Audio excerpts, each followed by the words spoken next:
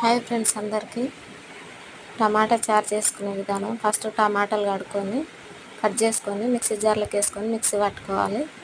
తర్వాత బాండి పెట్టి స్టవ్ వెలిగించుకొని బాండి వేడయ్యాక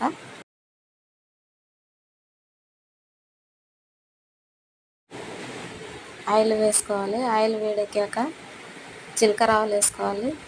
జీలకర్ర ఆవాలు చిటపట అన్న తర్వాత కొంచెం ఒట్టిమిర్చి వేసుకోవాలి. మన దగ్గర ఉంటే ఎల్లిపాయలు కూడా యాడ్ చేసుకోవచ్చు తాలింపులో. తర్వాత కరివేపాకు వేసుకోవాలి. తర్వాత అది చిటపటలాడిన తర్వాత మనం ఏదైతే టమాటా జ్యూస్ పట్టుకున్నామో అదే బాండిలోకి యాడ్ చేసుకోవాలి. కొంచెం వాటర్ పోయాలి. తర్వాత పసుపు వేసుకోవాలి.